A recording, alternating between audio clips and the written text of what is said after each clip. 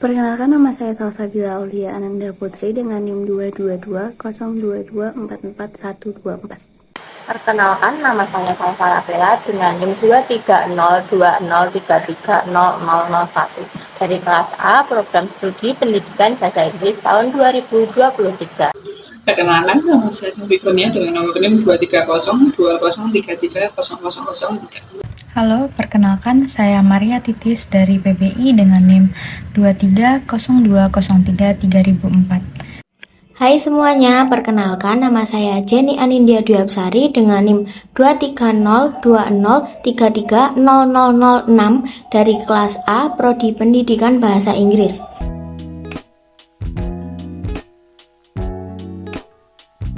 Review Redmi Note 13 Pro 5G.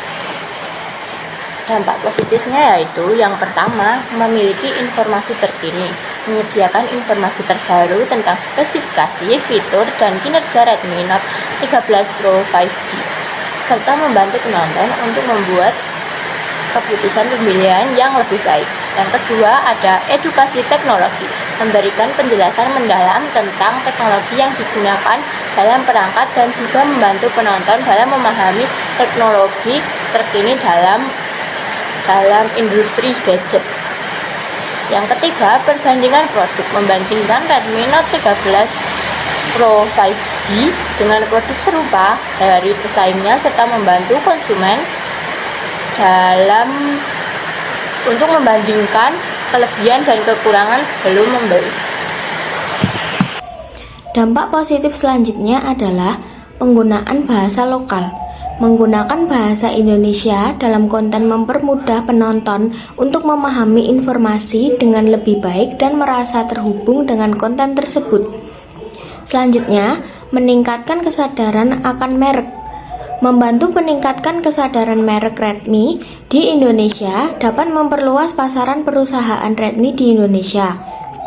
Selanjutnya, kreasi konten, menginspirasi pembuatan konten lainnya untuk menciptakan konten sejenis atau mengembangkan ide baru dalam industri gadget di Indonesia.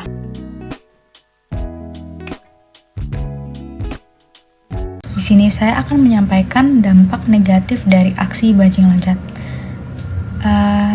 Aksi bajing loncat sendiri ini merupakan tindakan kriminal yang melibatkan pencurian barang dari belakang truk yang sedang berjalan. Nah, aksi ini biasanya dilakukan oleh dua orang, dengan satu orang mengendarai motor dan satu orang lagi mengambil barang dari belakang truk atau mencuri barang dari belakang truk tersebut. Nah, para pelaku bajing loncat ini seringkali sudah terlatih ya, sehingga biasanya mereka bahkan membawa senjata tajam dalam melakukan aksinya. Kemudian, dampak negatif dari aksi bajing loncat ini sangat banyak. Antara lain, yang pertama dapat meresahkan para pengguna jalan. Aksi bajing loncat ini sangat meresahkan bagi para sopir truk dan pengguna jalan lainnya karena mereka rentan terkena aksi mereka atau rentan untuk menjadi korban kejahatan ini. Yang kedua, ada potensi cedera dan kerugian materi. Para pelaku bajing loncat biasanya bisa melukai siapapun dalam kondisi terdesak atau terpaksa ya, dan para korban seringkali harus mengganti barang yang hilang yang dapat menyebabkan kerugian finansial yang signifikan. Kemudian yang ketiga, ada gangguan pada kegiatan pengangkutan. Nah, aksi kejahatan ini dapat mengganggu kegiatan pengangkutan bagi para supir ya, yang menjadi korban dari mereka. Sehingga mereka terpaksa untuk menghadapi gangguan ini dan mengganti kerugian atau kehilangan barang bawaan tersebut. Yang keempat, ada kerusakan properti. Nah, remaja atau orang yang terlibat dalam aksi bajing loncat ini seringkali merusak properti publik maupun pribadi, seperti merusak taman kota atau melakukan grafiti atau vandalisme di bangunan atau dinding, dan hingga memecahkan kaca jendela. Yang kelima, ada penurunan kualitas hidup. Bajing loncat dapat menyebabkan ketidaksamaan di lingkungan sehingga membuat warga merasa terancam atau tidak nyaman tinggal di wilayah tersebut sehingga dapat mempengaruhi kualitas hidup mereka. Nah, aksi bajing loncat ini merupakan ancaman serius ya bagi keselamatan dan keamanan para pengguna jalan serta orang-orang yang tinggal di sekitar wilayah yang terjadi aksi tersebut, sehingga diperlukan langkah-langkah preventif dan penegakan hukum yang efektif untuk mengatasi masalah ini. Sekian dari saya, terima kasih. Dari video tersebut dapat diambil dampak negatif yang dapat dirasakan oleh masyarakat dan para korban. Berikut adalah dampak yang dirasakan oleh para korban. Yang pertama adalah meresahkan para sopir truk dan pengguna jalan.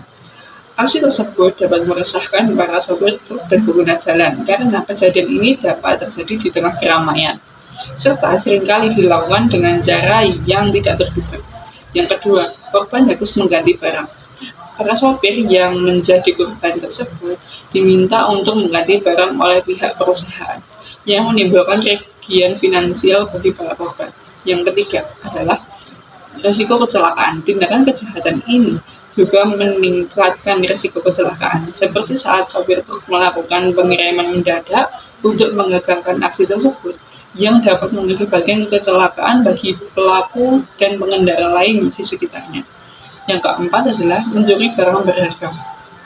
Para pelaku tersebut seringkali berhasil mencuri barang-barang berharga dari truk, seperti karung beras, kabel, ban bekas, dan tabung gas, yang menyebabkan kerugian bagi pemilik barang dan perusahaan. Kelima adalah meningkatkan ketegangan dan kewaspadaan. Meningkatnya aksi tersebut juga dapat membuat para sopir itu harus lebih waspada dan meningkatkan kewaspadaannya terhadap keamanan barang bawaan mereka.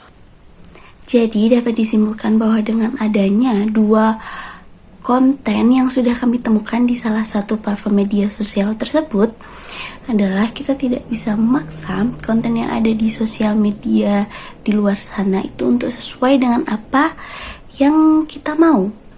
Namun kita dapat memilah dan memilih konten apa yang baik untuk kita, sehingga nantinya tidak akan memberikan dampak yang negatif kepada orang lain maupun diri kita sendiri.